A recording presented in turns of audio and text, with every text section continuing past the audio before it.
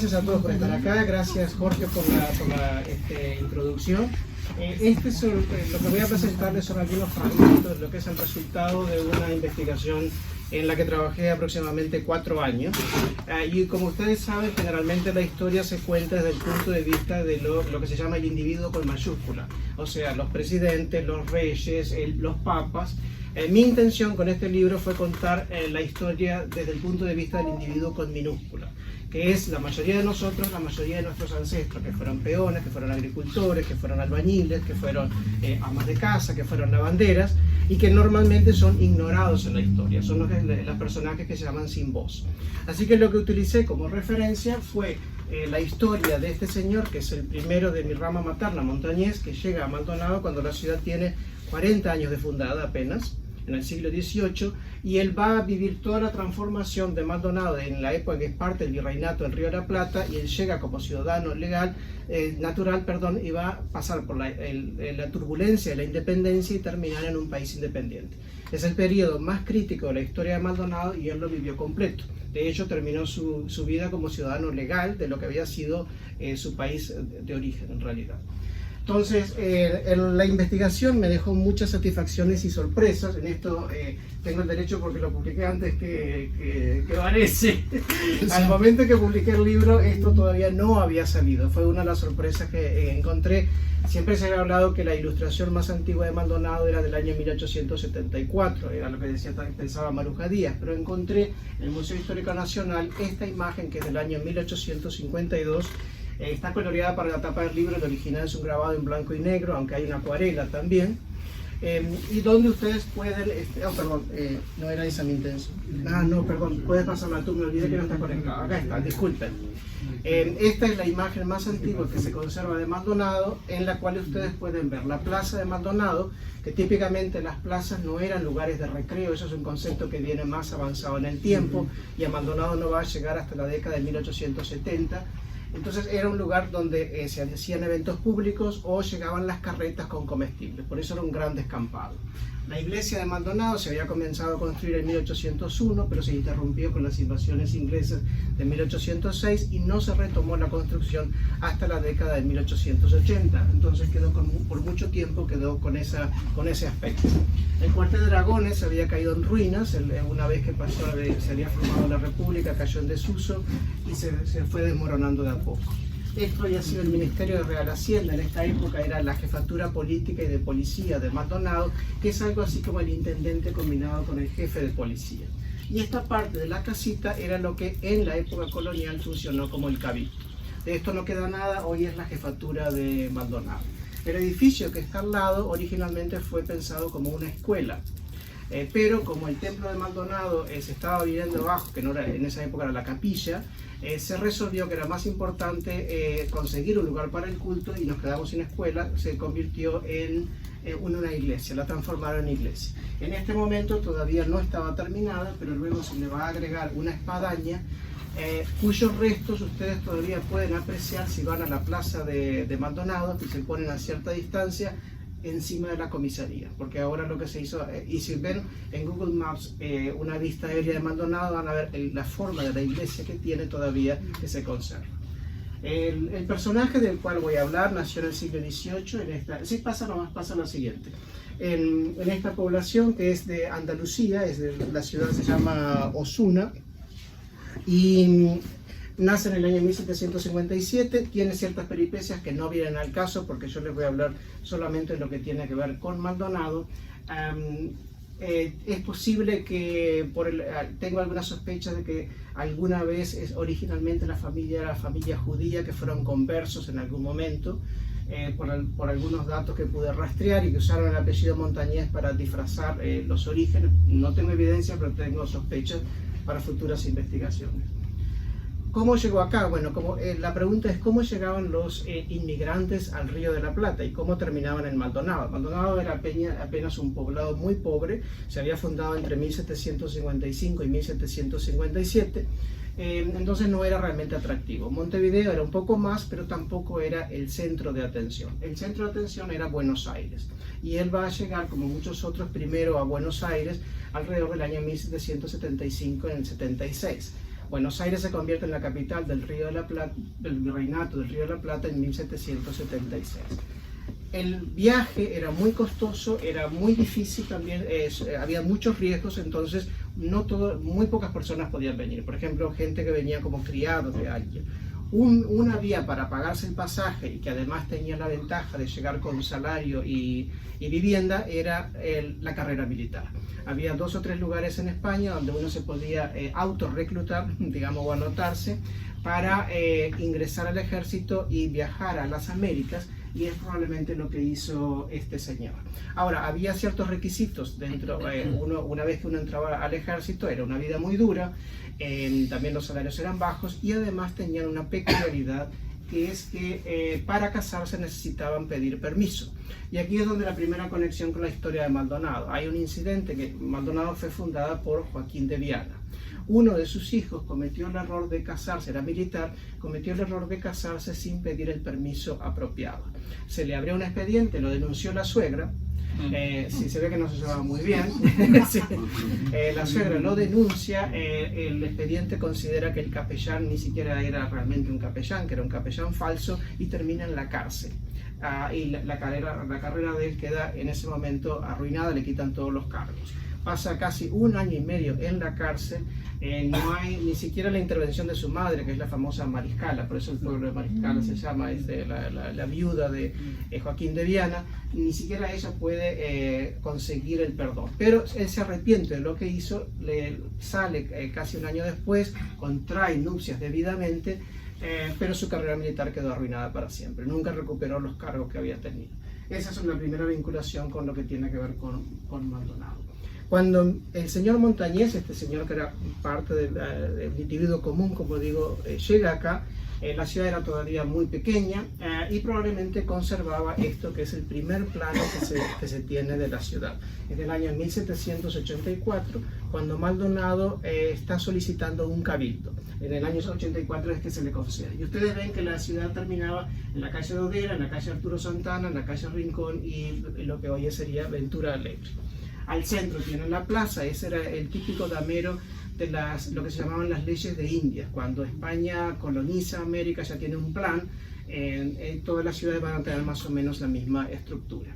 El espacio para la iglesia y el espacio para el poder civil o militar. Acá estaba en la comandancia, el jefe militar de la ciudad. Maldonado no tenía gobernador, pero el jefe militar era el que hacía las veces de gobernador. Otra de las sorpresas que encontré acá es algunas curiosidades. Supuestamente la ciudad de Maldonado que mi pariente llegó a conocer, como tantos otros, en 1796, se surtía de agua de la plaza de Maldonado. Y supuestamente durante 140 años se dijo que había cachimbas en la plaza de Maldonado y además teníamos la cachimba del rey. A mí esto es una historia que algunos de ustedes conocerán porque la he contado otras veces. No me cerraba la historia porque es muy raro que hayan cegado las cachimbas de la plaza y preferido la cachimba del rey, que era de muy difícil acceso por las arenas que rodeaban Maldonado.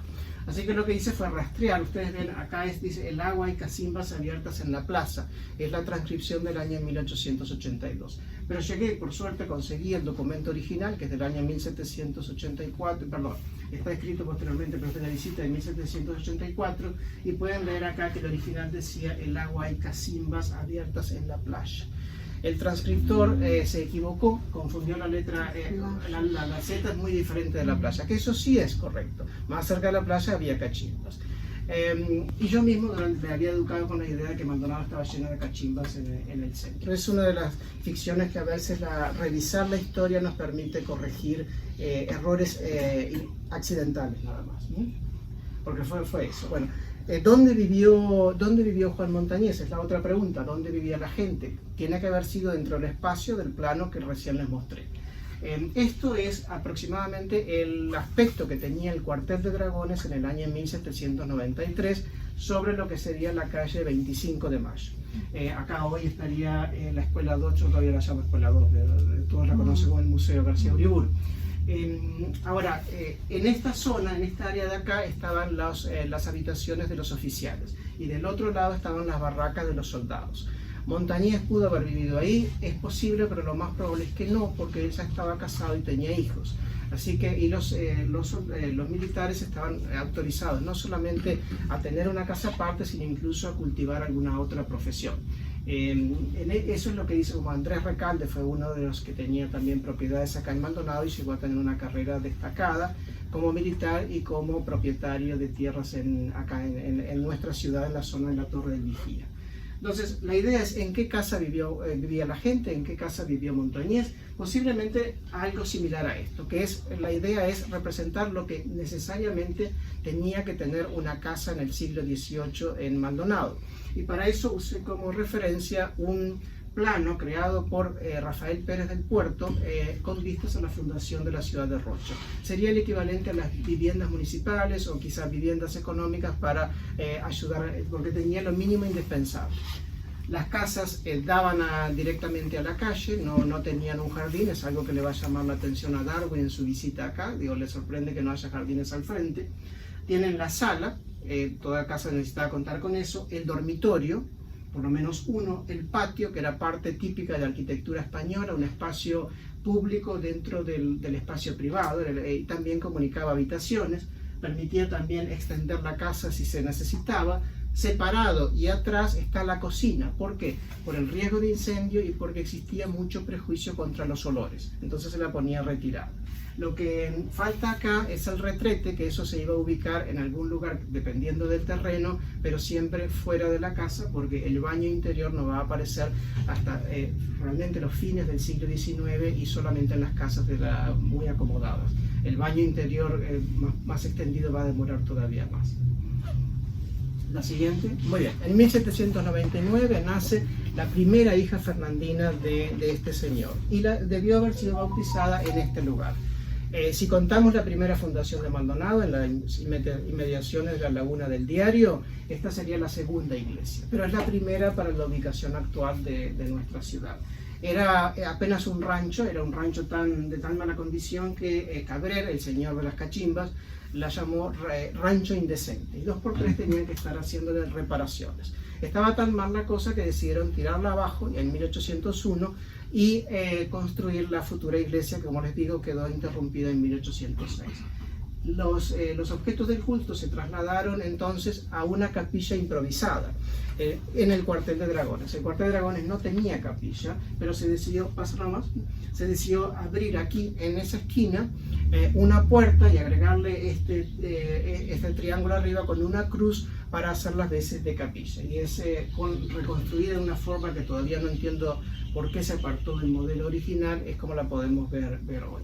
Ahí es donde va a ser bautizado el segundo de los hijos fernandinos de Juan Montañés. Él tenía varios hijos anteriores que habían nacido en Buenos Aires, pero estos dos son los primeros que aparecen en la ciudad de Maldonado.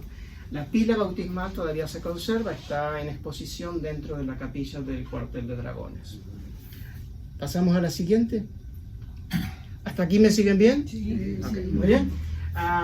Como les mencionaba Jorge, el episodio más trágico de la historia de Maldonado fue la invasión de los ingleses. Maldonado fue la ciudad que más sufrió de las diferentes que ocuparon los ingleses. Sin embargo, ha sido pasada bastante por alto en la historiografía. Ahora leí un libro que le dedica 3 o 4 páginas a Montevideo y apenas 2 renglones a Maldonado, y a pesar de que Maldonado fue la peor.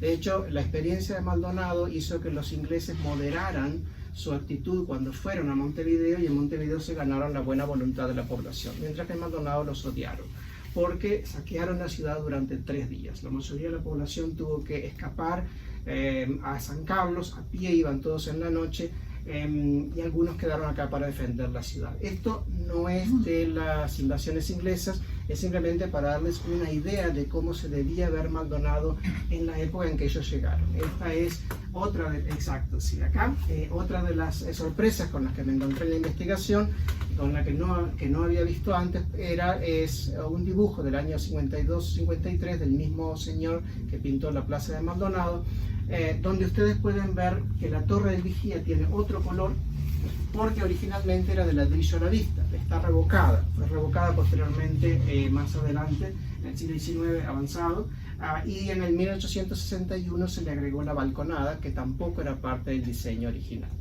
Entonces, desde la Torre del Vigía, como estaba todo despejado, porque la forestación no va a llegar sino a fines del siglo XIX, con Burnet y otros, y Mancebo y otros más, se podía ver claramente cualquier barco que se acercara, tanto desde Punta Ballena o a Punta del Este. Cuando los ingleses apostaron en la zona de la bahía, la gente de Maldonado corrió hasta aquí y el vigía estaba mirando y avisándoles lo que les estaba pasando. Con respecto a esto, hay una anécdota muy interesante que habla sobre las costumbres uruguayas. Pasa lo siguiente, que es lo siguiente, es algo que Isidro Mas de Ayala dice: la siesta es como el mate, toda una institución nacional. Y para apoyar su punto de vista, utiliza una anécdota de algo que ocurrió en Maldonado. Los barcos ingleses llegaron y estuvieron un cierto tiempo apostados en la bahía, y un forastero que estaba de visita les dijo a los fernandinos que estaban alrededor de la torre: señores, ya se pueden prevenir porque vienen a desembarcar antes de ponerse el sol, y me retiré. O sea, básicamente les dijo: es inminente el ataque. Pero miren lo que hace él después. Después de siesta, dije al dueño de casa que fuéramos a ver el desembarco. O sea, básicamente él sabía que en cualquier momento se nos venía encima los ingleses, pero aún así no se privó de dormir su siesta y después volver a ver qué había pasado. Dentro de la historia de las invasiones inglesas, como decía Jorge, afortunadamente conseguí incluso algún material que creo que no se había publicado antes. Es un relato de uno de los... Hay varios de soldados que estuvieron acá, algunos se han traducido y se han publicado, pero encontré uno que creo que no se había traducido al español todavía. Es un soldado que dice que episodios como el de Maldonado él no va a poder olvidar. O sea, digo, fue incluso fuerte para él. Y habla de los saqueos que hicieron y de cómo las borracheras, el descontrol que había entre los soldados y cómo arrasaron con la ciudad. También hay testimonios del Cabildo de Maldonado cuando se queja a Montevideo porque Montevideo nos dejó solos. Una vez más, Montevideo le dio la espalda a Maldonado, le dijo: bueno, yo tengo que reforzar mis defensas, ustedes arréglense, básicamente. Palabra más, palabra menos, al menos esa fue la intención. ¿Cómo era el Maldonado de comienzos del siglo XIX? No tenemos ilustraciones, pero este es un dibujo del pintor Besnes e Irigoyen de Santa Lucía en el año 1839. Nos puede dar una idea de cómo lucía Maldonado al comienzo del siglo XIX, específicamente hacia el 1808. Hay un británico que describe la ciudad como una ciudad de techos de paja, o sea, básicamente lo que abundaba en el Maldonado eran los ranchos. Eran en general de adobe, había algunas casas de piedra, pero básicamente techos de paja. Sin embargo, el mismo año nos visita un francés que se sorprende por las azoteas, que eran una novedad para él, e incluso llega a percibirlas con tal exageración que dice que se podían recorrer largas distancias sin bajar al piso. Uno se imagina una ciudad de carriles aéreos, en realidad no, y no había tantas azoteas. Probablemente las que había se veían más o menos así, con una protuberancia para acceder, que no eran miradores a diferencia de lo que va a tener Montevideo, y eso lo sabemos porque uno de los soldados de la invasión inglesa cuenta que cuando entraban a las casas había una trampilla en el techo desde la cual los fernandinos les disparaban y así mataron a varios británicos. Eso significa que no había un acceso permanente a las azoteas, sino que los usaban con escaleras que ponían o sacaban cuando necesitaban reparaciones o algo. Si fuera un mirador tendría otro estilo. Hay sí una casa que era más elegante, que estaba en 25 de Mayo, donde está el Colegio Virgen de Santander aproximadamente, en esas inmediaciones, no donde está la puerta principal, que era otro edificio. Era una casa más elegante y posiblemente tenía una habitación como mirador, pero sería la única detectable en Maldonado. Vamos a la siguiente. También me cuestioné cómo sería el interior. Hablamos del exterior de las casas de Maldonado, entonces la pregunta es cómo era el interior. Y hay varios testimonios y todos coinciden en que eran básicamente un estilo despojado de mobiliario. Isidro Mas de Ayala, por ejemplo, él recrea cómo era la vida en los interiores de esas casas, y él habla de que se pasaban largos ratos conversando sobre los ancestros, con el retrato de alguno en la pared, y es posible que en una de esas charlas Montañés les haya contado a sus descendientes que el apellido original de él era otro y que lo habían cambiado. Eso es una historia que se transmitió desde el siglo XVIII hasta la época actual, porque la escuché yo de mis propios ascendientes. Esto no es Maldonado, esto es Buenos Aires en el año 1835. Sacando el lujo que pueden tener acá, igual pueden apreciar que es muy poco el mobiliario. Los muebles de Maldonado eran en general pocos, esparcidos y de madera. El piso de tabla, probablemente la mayor parte de las casas tenían piso en realidad de tierra nada más, pero digo poca cosa y solamente este retrato. En las casas más acomodadas naturalmente había algún esclavo, como ustedes ya saben por la otra charla, abundaba el número de esclavos en la ciudad de Maldonado. ¿La señora fumando? ¿Perdón? ¿La señora fumando? No debería ser, pasa para atrás. Bueno, no, está tomando el mate acá. Hay tres señoras con sí, tiene la de un la mate. derecha, esta. Y la del medio también. Tiene el mate, está tomando mate y esta está tomando mate también, y la otra se están tomando mate.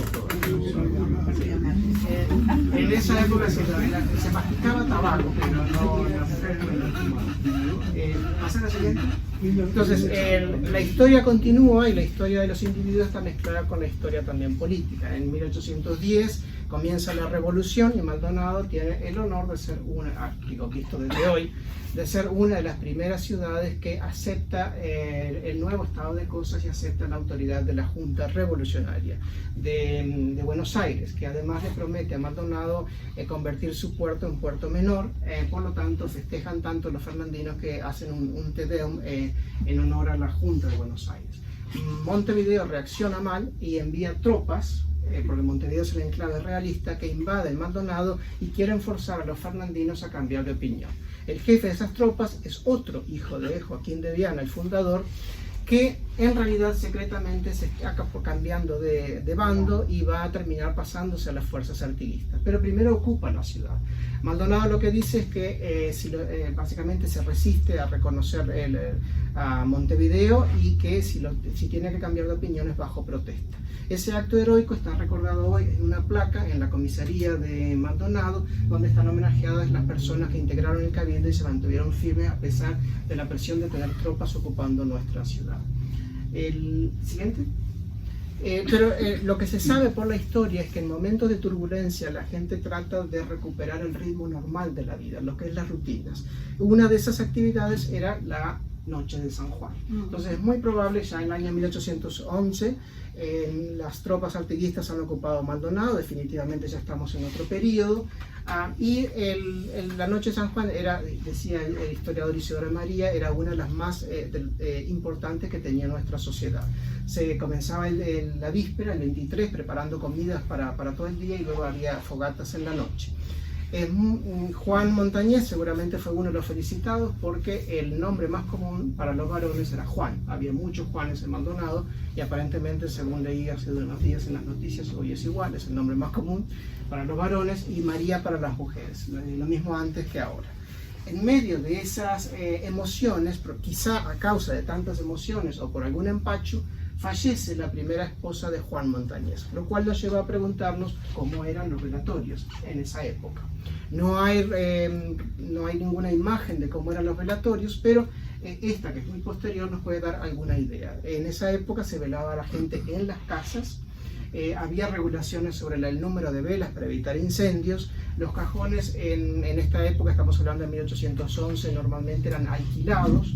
No se los era muy caro, así que se alquilaban y luego se enterraba al difunto directamente en la tierra con un lienzo y se devolvía el cajón. La persona tenía que salir mirando hacia la nueva vida en la puerta y dejaba atrás la vieja vida, y por eso salía con los pies para adelante, que es una expresión que todavía conservamos hasta el día de hoy. Petrona González, la primera esposa de Juan Montañés, entonces fallece y va a ser enterrada con toda seguridad en este espacio al lado de la iglesia de Maldonado. Este es un plano tentativo de la iglesia que luego se modificó, pero tiene marcado el sitio del cementerio. El primer cementerio que tuvo Maldonado, si no contamos la isla de Gorriti, estaba al lado de la iglesia, y Francisco Mazzoni cuenta que en algunas épocas donde hubo excavaciones o reformas se encontraron restos de telas, algún grillete, por lo cual no descarto que todavía haya algún resto todavía enterrado en esa zona. En plena independencia, hoy visto a la distancia, nosotros queremos pensar que todos eran revolucionarios y que todos estaban a favor de la causa y que los realistas estaban en Montevideo. La realidad era diferente. Hay un militar español que recorre esta zona y él dice que los realistas, o sea, los fieles al gobierno de España, eran pocos, los rebeldes eran pocos también y que la mayoría de la población era indiferente. Entonces, en ese momento de conflicto era muy difícil tomar partido. Es como que hoy Maldonado decidiera separarse del gobierno de Montevideo. No vamos a imaginar que todo el departamento inmediatamente va a aplaudir la decisión. En esa época fue igual, y en el caso de Montañés estaba con la difícil situación de que él era español y su familia era americana.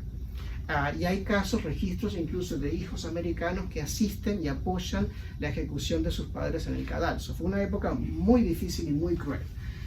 Hay un maestro, uno de los que está mencionado en un libro de las escuelas artiguistas, uno de maestros los primeros de la época artiguista en Maldonado, que convoca a sus niños de la escuela y los saca, a los niños para que diga vivas al maestro Delgado y mueras a un militar artiguista al que lo odiaba, y luego sale con sus partidarios y van cantando responsos, que son cantos fúnebres religiosos, bajo las ventanas de los españoles, a los que llamaban despectivamente godos. Es posible que Juan Montañés haya sido una de las víctimas de esas ofensas sarcásticas, esas agresiones verbales.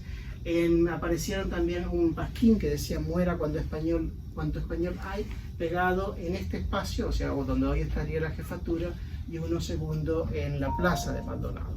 Pero así como el lado americano, alguien era tan extremista que quería matar a los españoles, hay una carta donde uno de los del otro lado reacciona y le pide al ejército portugués, que en ese momento estaba en Maldonado, que básicamente que ejecute a estos indignas personas que estaban rebelándose contra el gobierno. O sea, las tensiones estaban en los dos lados, y la historia a la distancia uno la ve como más uniforme, pero la realidad era más confusa. Siguiente. En ese contexto no fue de extrañar que algunas personas cambiaran de bando. Felipe Cabañas es un señor que había estado apoyando la Junta de Buenos Aires, pero luego termina escapándose a Montevideo, abandona sus propiedades acá y que van a ser confiscadas. Y el otro señor es Antonio Jesús de la Fuente, que es uno de los cabildantes que había apoyado la Junta Revolucionaria, como les mostraba antes, y sin embargo, un año después, es uno de los que secretamente se está mandando fondos a Montevideo para apoyar a los realistas. Al final, unos años después, va a ser descubierto por alguna razón y se lo va a enviar preso al campo de Purificación. Ustedes se han escuchado hablar de Purificación, donde estaba Artigas. Era un campo de reeducación para la gente que estaba rebelde en la causa artiguista. Él va a estar un tiempo allá y luego finalmente vuelve a Maldonado. No los podemos juzgar a la distancia por lo que les digo, era una época convulsa, todo estaba dado vuelta, la economía destrozada, era una guerra que no se terminaba de ganar, entonces es muy lógico que haya gente que haya cambiado de simpatías. Siguiente.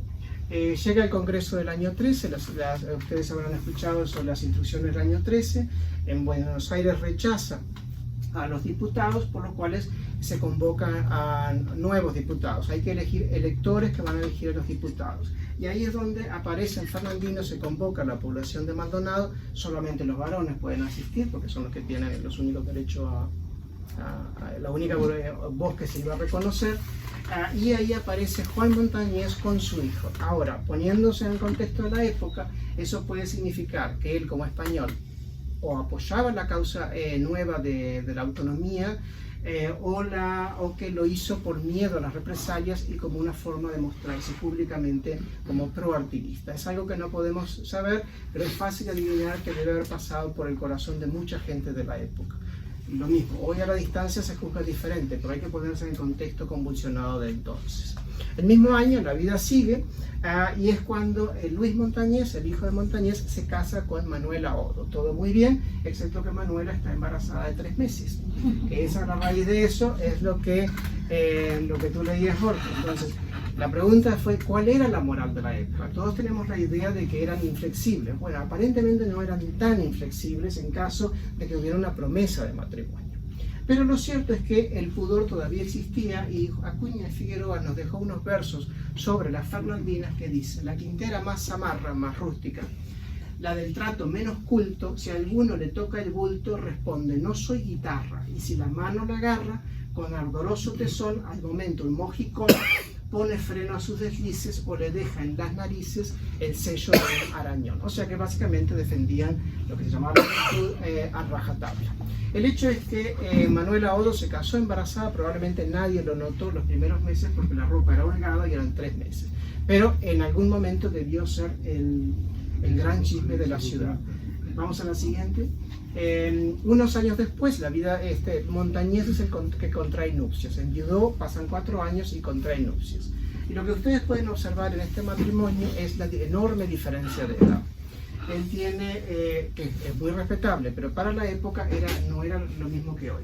58 estaba cerca de la expectativa de vida, era muy baja. Después de los 40 años se recomendaba cuidarse. Entonces un hombre de 58 años estaba próximo a la muerte. ¿Cuál es el problema? Que la mujer dependía absolutamente del varón para el mantenerse. Se supone que iba a criar los hijos y cuidar de la casa. Entonces, si quedaba viuda, quedaba desamparada. Por lo tanto, era muy riesgoso para Teresa Rodríguez casarse con él. Probablemente si lo aceptó fue porque Montañés estaba en buena posición económica, aparentemente era comerciante, y porque ella no tenía muchas chances de casarse. Ustedes dirán, ¿por qué una mujer de 29 años se quedaría soltera? Porque en esa época no había previsión social, entonces la vejez dependía de que tuviéramos hijos que nos cuidaran, o cuando no pudiéramos trabajar y cuando estuviéramos enfermos. Pero la mortalidad infantil era muy grande, entonces había que tener muchos hijos para garantizar que alguno sobreviviera. Cuanto más joven la mujer, más posibilidades de tener muchos hijos. Teresa ya tenía 29, entonces las posibilidades de ella de tener muchos hijos eran más limitadas, y además el cuerpo no lo resistía. Cuando Artigas se casa con su prima Rosalía Villagrán, él pide permiso al obispo o a la iglesia, no me acuerdo específicamente a quién se dirige, que sería el obispo de Buenos Aires, y entre los argumentos que él aduce dice que Rosalía ya tiene 29, va próxima a los 30 años, y que es muy difícil que consiga marido, porque ya había pasado la edad, por lo tanto estaba en una situación difícil ella y su madre, y iban a quedar en la indigencia. Es lo que probablemente pasó por la mente de Teresa. Otro ejemplo que tenemos en Maldonado es el de Francisco Aguilar.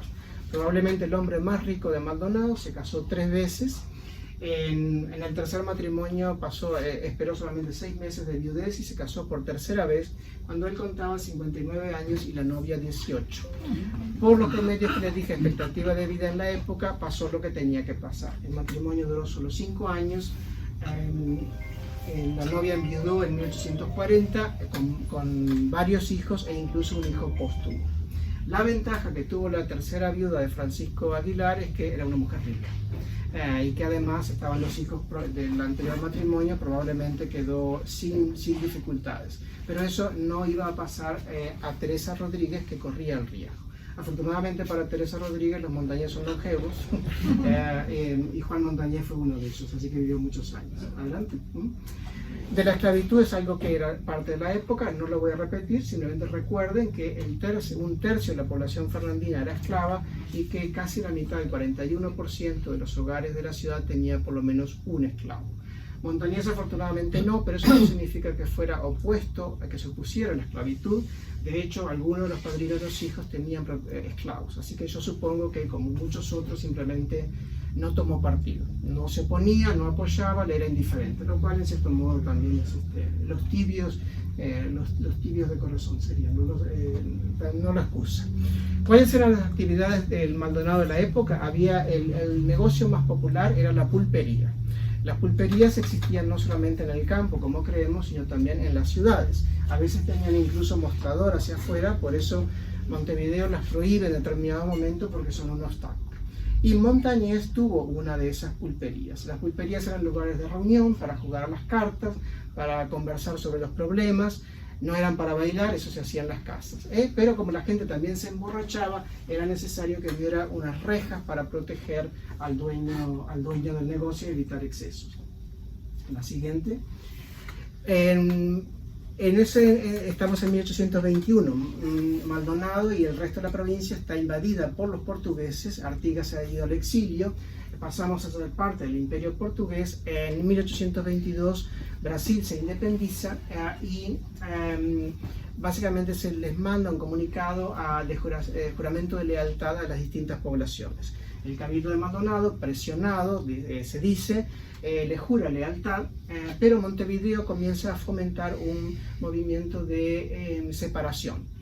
Eso entonces hace que se haga una segunda convocatoria para que las poblaciones del interior decidan si quieren seguir perteneciendo al Brasil o si quieren seguir los designios de Montevideo. Y ahí viene un tema escabroso, porque en el año 1823 Juan Montañés y casi 300 personas más firman lealtad al emperador del Brasil. Es un episodio espinoso porque nos cambia un poco la perspectiva. ¿Cómo puede ser que nosotros hablamos de la independencia y lo celebramos, pero esto es 2 años antes de la Cruzada Libertadora, resulta que nos queríamos pasar al Brasil? Algunos dicen, hay historiadores pro Brasil, que es una prueba de que estábamos felices con Brasil. No es cierto. Otros historiadores dicen que fue presión militar. De hecho, el acta comienza con la presencia de un comandante. Y el punto medio probablemente es el de un historiador de Maldonado, que lo que dice es que los fernandinos en realidad querían autonomía, pero también eran prácticos. Sabían que la causa de Montevideo no tenía andamiento, entonces básicamente optaron por la solución más práctica en ese momento, que era seguir perteneciendo al Brasil. ¿Qué hizo Además, Artigas en ese momento? Perdón, Artigas estaba en el exilio. Artigas había abandonado la provincia y ya estaba en Paraguay. Todo estaba ocupado por el Brasil. También hay otro historiador que nos recuerda que el interior estaba no le tenía mucha simpatía a Montevideo, porque cuando los portugueses invadieron en 1820, Montevideo los recibió con aplausos y servicios de agradecimiento por la presencia allí. Entonces el interior tenía eso presente, y además también Maldonado, como otras ciudades, habían sufrido siempre un poco el desprecio no de la capital, porque no es la capital del país, pero de la ciudad más importante hacia las necesidades del interior. Todo eso puede explicar el acta de rectificación. Algunos nombres están: Felipe Álvarez Bengochea va a formar parte de la sala de la Florida luego. Todos ellos, realmente no fue un caso aislado, fueron muchas personas. Pero bueno, finalmente llega la independencia. Todavía estamos en la época de la ocupación. Francisco Acuña de Figueroa es mandado, él trabaja para el gobierno ocupante. Fue muy acomodaticio Francisco Acuña de Figueroa. Está en Maldonado y adora a Maldonado. Va a escribir unos versos donde dice aquellos días de gloria. Y una de las cosas que cuenta es, habla de los personajes de la época y dice: aún el alegre beodo que a Baco está dedicado, ocurre a lo del peinado con tío Curro o señor Odo. El peinado era una pulpería, que también era considerado un café, donde obviamente se reunía a tomar copas. Y Odo era el padre de la muchacha Manuela Odo, que se casó embarazada, que les mencioné antes. En otras palabras, Acuña de Figueroa era compañero de copas del consuegro de Juan Montañés. La población chica, todo el mundo se conoce por eso. La revolución nuevamente terminó por destruir la economía de Maldonado. Maldonado es una ciudad muy sufrida, tuvo muchas ocupaciones. La pulpería deja de funcionar. El número de las pulperías sube o baja según la prosperidad. Entonces Montañés cambia de rubro y lo que hace es se dedica a alquilar caballos, que sería como hoy alquilar autos. Porque va a decir Darwin, que nos visita poco después, que cada persona, incluso el mendigo, monta a caballo. Se considera impensable caminar jamás una corta distancia, algo que creo que todavía se mantiene. Y hablando de Darwin, Darwin nos visita, pasa la siguiente, en el año 1833, en Maldonado, donde él designa su asistente a James Covington. Los dos van a dejar diarios de su visita, y quizá ustedes saben dónde fue que se alojó, en la pizzería, lo que hoy es la pizzería Sumo, o restaurante Sumo. Lo que sí, Darwin lo que quería era, estaba acostumbrado a otro tipo de vida, entonces realmente no habló muy bien de Maldonado. En una carta a su hermana dice: los últimos 3 días he estado confinado en un cuarto miserable en una casa española antigua. Y en su diario lo que anotó es que describe el cuarto de Francisco Termin y termina diciendo: los constructores aquí no tienen idea de lo que es el confort para un inglés. Pero bueno, esa es la parte anecdótica. Lo que hace su interés es una ciudad también sufrida, por eso él tampoco la ve en su mejor aspecto. Pero una de las cosas que hace es reclutar a los muchachos del pueblo para que le junten especímenes, que era realmente su interés. Y él dice, por unos pocos reales he reclutado a todos los muchachos del pueblo para mi servicio. Por lo cual es muy probable que aquellos que tienen familia Maldonado de larga data hayan tenido a sus parientes reclutados ahí y que los hijos más pequeños de Juan Montañés hayan trabajado también para darlo. La población era pequeña, la ciudad tenía poco más de 1.100 personas, 1.100 personas. Es muy seguro que la gente se cruzaba y que se cruzaron con Darwin más de una vez. En 1836 es cuando tenemos la mejor información. Ya el país es independiente y tenemos el primer intento de censo nacional, que no llegó a ser un censo nacional, pero es muy bueno porque nos da los nombres y apellidos y edades de cada una de las personas, incluso de los esclavos. Nos habla sobre las ocupaciones, sobre las características y también sobre ciertas peculiaridades. En el caso de los Montañés, por ejemplo, hay entre 15 inconsistencias en su declaración para el censo, lo cual me hace sospechar que hubo una especie de complot familiar. Una de esas inconsistencias, por ejemplo, es que Teresa Rodríguez pierde 12 años, Montañés pierde 12 años, les bajan radicalmente la edad, una de las hijas tiene la edad correcta, otros pierden 2 o 3 años, y algo que es lo peor de todo es que la mujer nunca podía venir primero en el censo si el marido estaba presente. Primero estaba el marido y luego estaba la mujer, a menos que fuera viuda o que el hombre estuviera ausente o que fueran mujeres solteras sin hermanos varones adultos. Siempre el varón tomaba precedencia. En el censo de Maldonado, de esas 1.100 personas, hay solamente un hogar en Maldonado donde se invirtió la norma y se puso primero a la mujer y luego al esposo. Y ese caso es el de Juan Montañés. Luego hay otras cosas. Domingo Montañés aparece soltero, en realidad estaba casado. Isidoro estaba soltero, pero aparece como casado. Isidoro estaba casado en realidad con la que era su cuñada, pero aparece como su esposa, etcétera, etcétera. Mi teoría es que la gente sospechaba en esa época que los padrones eran, porque normalmente los padrones se enfocaban en los varones, que podían servir en el ejército o pagar impuestos. Probablemente desconfiaron de este censo y trataron de proteger al hijo más vulnerable por la edad y porque era soltero. Los solteros eran reclutados en la leva antes. Entonces pienso que trataron de armar toda una tramoya ahí como para disfrazar la verdad y colocar al hijo, como les digo, más vulnerable, lo ponen casado y le quitan un poquito de edad también. Eso probablemente no fue el único caso. Montañés era soldado, sabía lo difícil que era la vida en el ejército. Vamos al siguiente, y acá ya estamos acercándonos a lo último, que es este es el último Maldonado que conoció Juan Montañés. Otra de las sorpresas que encontré en la investigación fue dar con lo que creo que es la fotografía más antigua de la ciudad de Maldonado.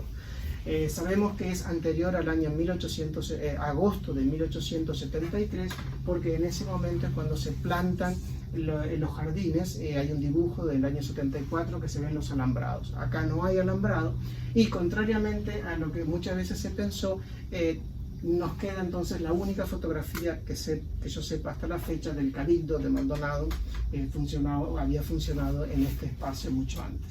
Para 1873 ya es la jefatura política y de policía. La sociedad final es la sociedad de los últimos años Montañés. Él muere hacia 1838, 1840. Es una sociedad donde la mayoría de la gente es oriental, hay pocos inmigrantes, la gran migración va a llegar después. Clase se refería a razas, se dividían en blancos, morenos, pardos. Pardos sería hijo de moreno y blanco o hijo de pardo. Y luego los indígenas, que era una minoría.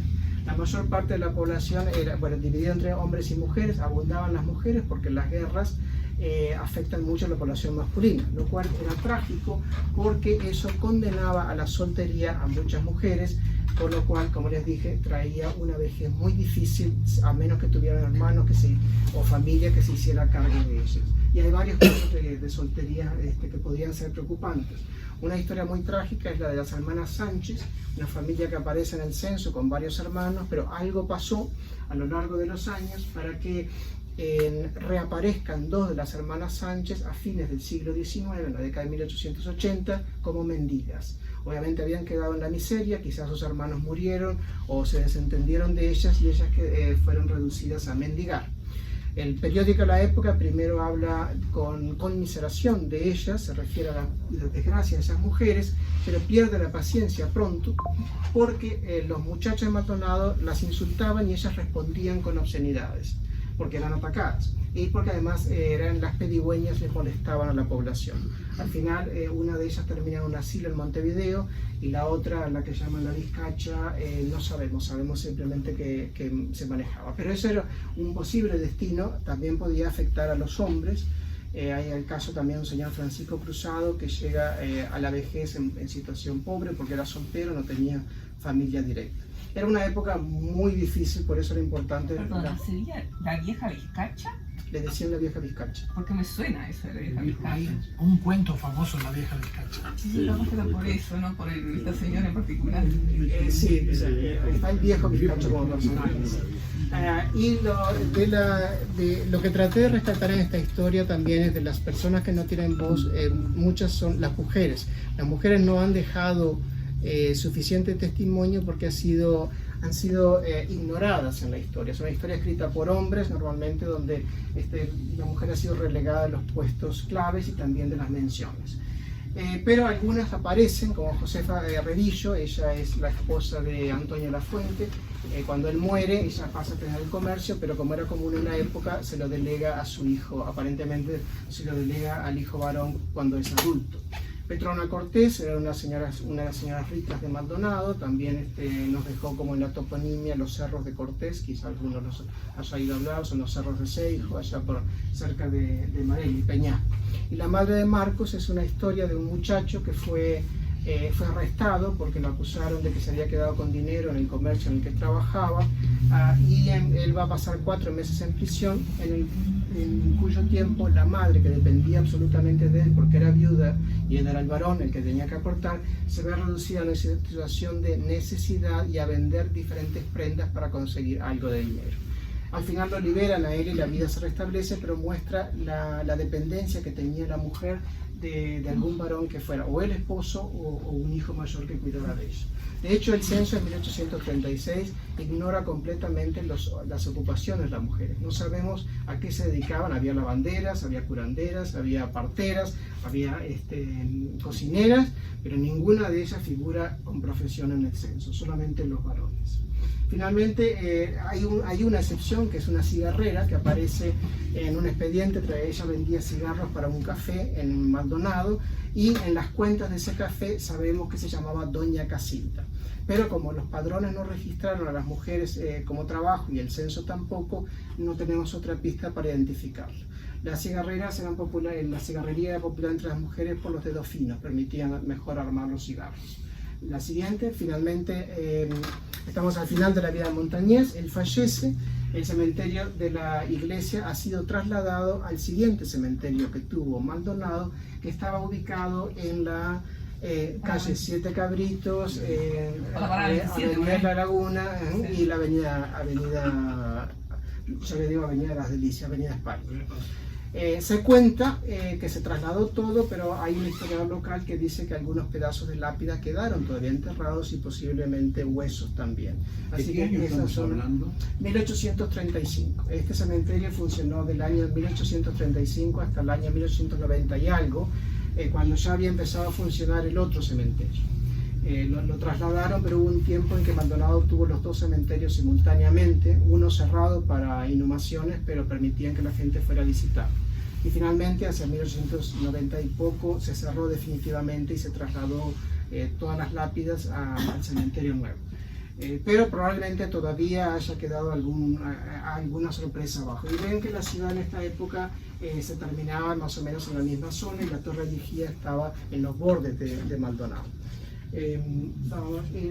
Los años siguen, Teresa lo sobrevive, la viuda, no sobrevive casi 20 años y va a conocer los tiempos difíciles de la Guerra Grande, que afectó mucho Maldonado porque Maldonado fue ocupada, fue sitiada, y pueden observar en esta acuarela del mismo autor de antes como los muros derruidos, los techos derrumbados y las ventanas tapiadas. Esto es hacia el año 1852, que Maldonado está apenas recuperándose y le va a llevar mucho tiempo volver a florecer.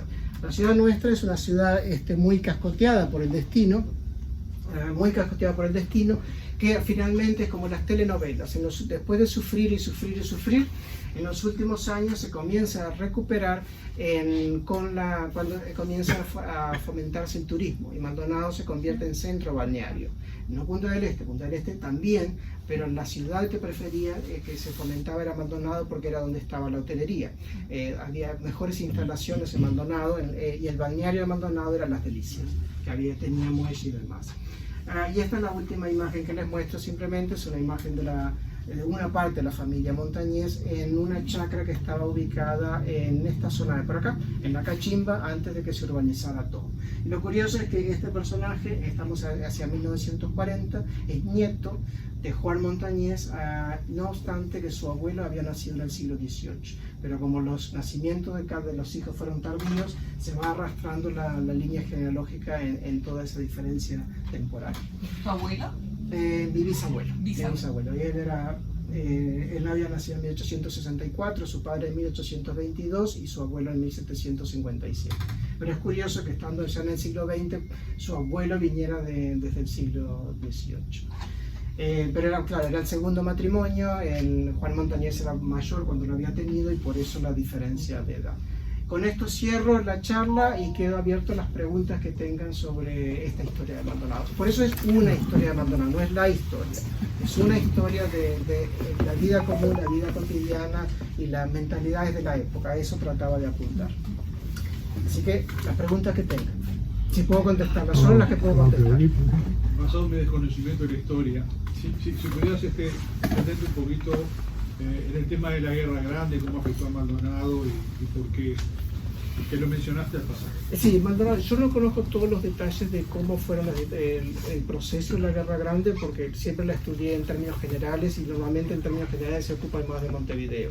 Lo que sí sé es que Maldonado fue ocupada a veces por tropas del gobierno de la defensa y otras por el gobierno del Cerrito.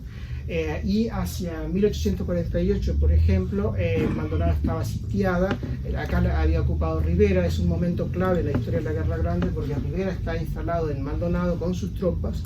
Las fuerzas de Oribe, las fuerzas de Oribe sitian la ciudad de Maldonado, y es un periodo que conduce a grandes desastres y carencias dentro de la ciudad. Luego surgen testimonios de que la gente pasaba hambre, cuando finalmente ahí Rivera trata de transar y tener una conversación de paz con las fuerzas opuestas. El gobierno de Montevideo se entera y decide enviar al exilio, destituye a Rivera y lo manda al exilio. Y todo eso pasó en la casa de Francisco Aguilar, hijo, que es ahí en 25 de mayo. Hacia Sarandí. Exacto. Al revés, sobre el lado de Sarandí, está en la esquina. La casa de Aguilar tenía varias, en la esquina, pero corrido había una parra. Bueno, todo eso ocurrió en una serie de casas a partir de la esquina 25 de mayo y Sarandí, parte sobre Sarandí y parte sobre 25. Finalmente las tropas de Rivera se van, parte de la población de Maldonado se va con ellos, se refugian primero en la isla de Gorriti y luego parten. Entran las tropas de Oribe, hacen un inventario y básicamente la ciudad está hecha un desastre, está básicamente ruinas, las palabras arrasado, destruido, se suceden. La población quedó reducida a apenas 158 o 200 personas nada más, porque la mayoría de los hombres escaparon para evitar las levas, otros se habían ido a buscar lugares más seguros, y Maldonado también por eso demoró mucho en recuperarse.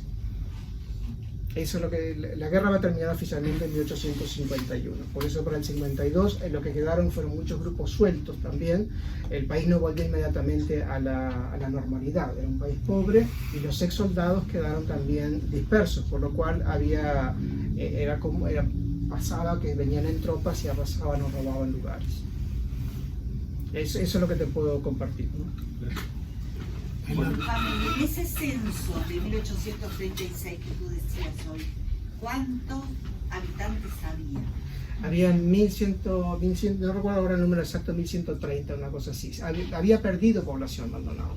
En 1820 había un padrón que daba 1200 y algo. Maldonado había perdido un 9% de población entre 1820 y 1836, probablemente a consecuencia de las continuas guerras que había vivido la ciudad por la independencia, de la Cruzada Libertadora y todo eso, toda esa sucesión de conflictos. Además, recuerden, una vez que entramos en la vida republicana, el país tampoco estaba estable.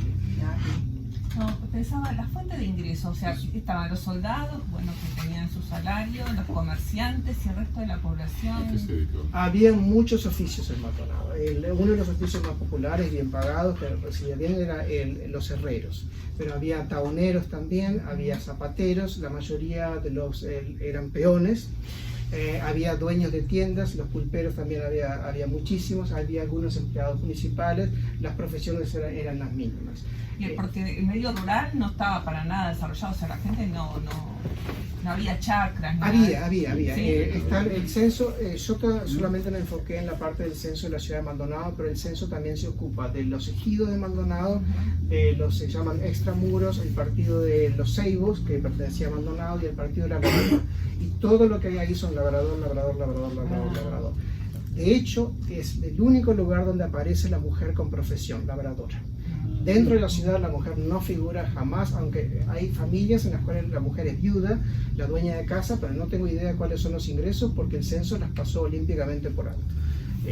De algo vivían, pero no lo sabemos. Claro, porque siempre como que escuché que San Carlos era más rico que Maldonado porque su desarrollo rural era mayor. Eso es cierto, en los alrededores de San Carlos, pero además digo, San Carlos tenía una ventaja que Maldonado no tenía.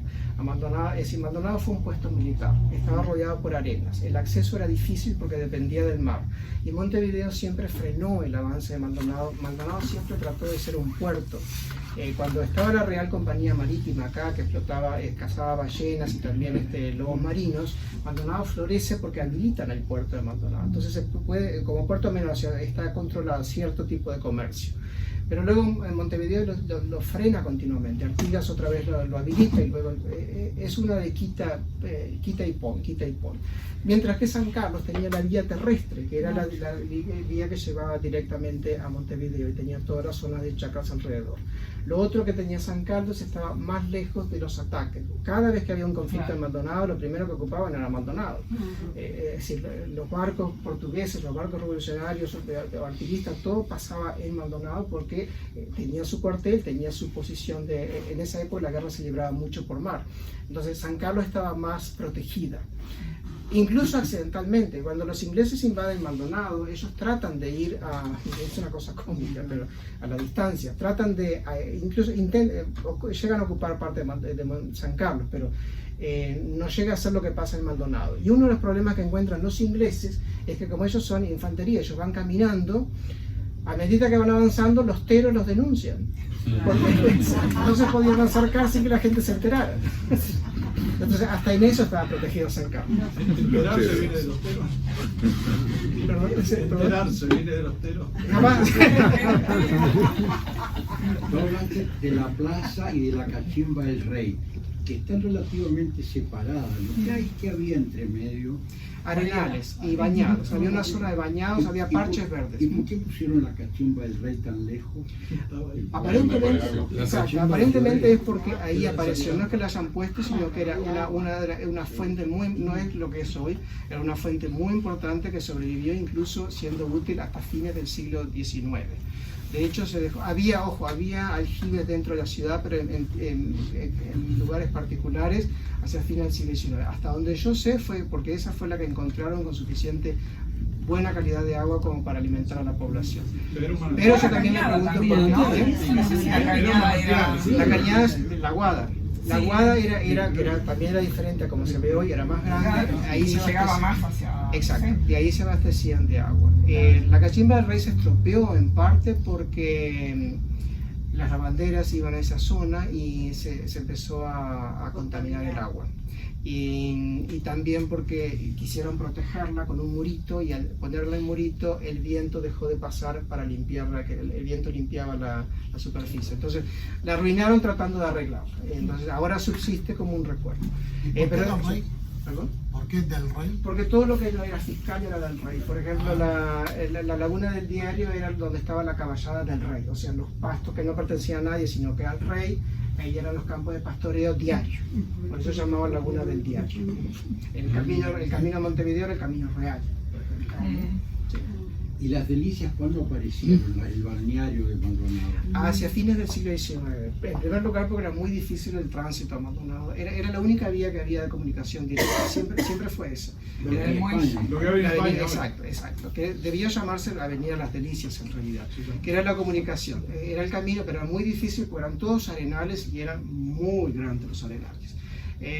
Hacia fines del siglo XIX lo pavimentan, lo cual hace que se fomente, porque Maldonado, aunque mucha gente habla del puerto de Punta del Este y alguien incluso se atrevió a decir que el puerto de Maldonado era anexo, accesorio del Punta del Este, y es lo contrario. Maldonado tuvo su muelle y los barcos llegaban a Las Delicias directamente, incluso barcos de pasajeros, donde está el hotel, exacto.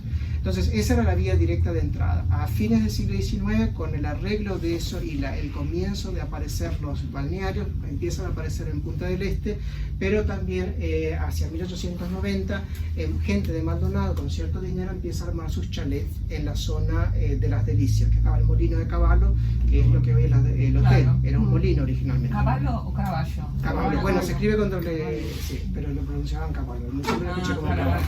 Y ahí es donde se La mina de desarrolla. Turba también. Había turba al lado de la Guada, exacto. Y ahí se desarrolla Maldonado como un balneario, con establecimiento incluso en mejor situación que Punta del Este, porque además el acceso era más fácil para Maldonado.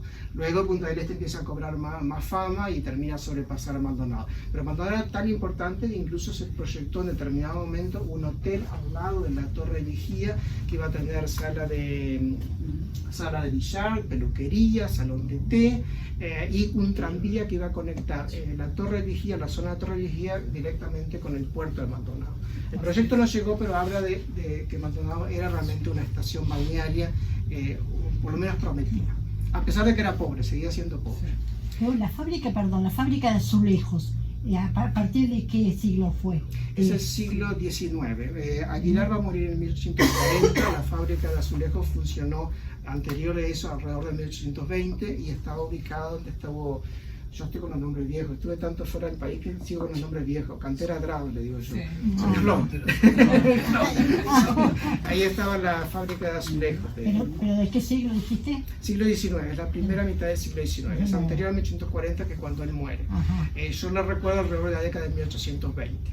Pero él tenía otras propiedades, tenía chacras y demás. Sí, sí. Una cosa más sobre Las Delicias: el nombre de Las Delicias aparece hacia el 1900, cuando lo propone el diario local. Dice que es una delicia la zona y que debe llamarse Las Delicias, y por eso quedó el nombre para el barrio. Lo que no se consiguió el nombre para la avenida. Pero, digamos, popularmente siempre se conoció como el camino a la delicia. Exacto, yo le sigo diciendo todavía la carretera de Las Somos Delicias. de acá. Sí. Yo le sigo hablando así. ¿Sí? ¿Alguien más una pregunta? Yo quiero preguntarte lo de la isla Gorriti y el cementerio que tú dijiste. Bueno, porque había un cementerio en la isla Gorriti. Era de los ingleses. Exacto, sí. Fue bastante conflictivo. Hubo varios problemas con eso. Hubo algunos enterramientos antes que no era el cementerio oficial de Maldonado. Pero hubo barcos que llegaban allí, y en determinado momento hubo barcos ingleses que enterraban sus muertos ahí. Lo cual generó una protesta de Montevideo, porque creyó que Maldonado estaba vendiendo parte de su patrimonio a los extranjeros. Maldonado se defiende diciendo algo muy curioso. Dice que los ingleses no los habían podido enterrar en Maldonado porque el cura se había rehusado a sepultar a los protestantes. Exacto. No eran católicos, pero en esta época ya la iglesia ya no tenía poder. Eso es lo curioso. El sacerdote de la época, no me acuerdo quién era, si era Podestá o Manresa, teóricamente no tenía el poder de hacer eso, pero lo había conseguido. Entonces al final se resuelve todo, que sacan las tumbas y las terminan colocando en el cementerio de Maldonado, que es donde están ahora. ¿Sí? Entonces, pero no fue el cementerio oficial de la población. El cementerio que va a tener la población en realidad va a ser el de al lado de la iglesia. también hubo un cementerio al lado de la iglesia de San Carlos. Sí, que todavía... Ahora se da como un Paseo turístico. paseo turístico. Sí. En las lápidas dicen Exacto. cualquier cosa. Sí, las lápidas son recreación. Ustedes entienden, la idea era, la gente decía que cuanto más cerca del altar, más rápido era el acceso al cielo. Normalmente los que estaban más cerca del altar, más caro era el pedacito, exacto. Si los pobres quedaban afuera, pero si van a algunas iglesias más antiguas van a ver que ahí están los condes, los duques que están más cerca. Pero bueno, la idea era esto, por lo menos hasta que hacia el siglo XIX se dice que es algo insalubre y lo terminan mandando los cementerios afuera.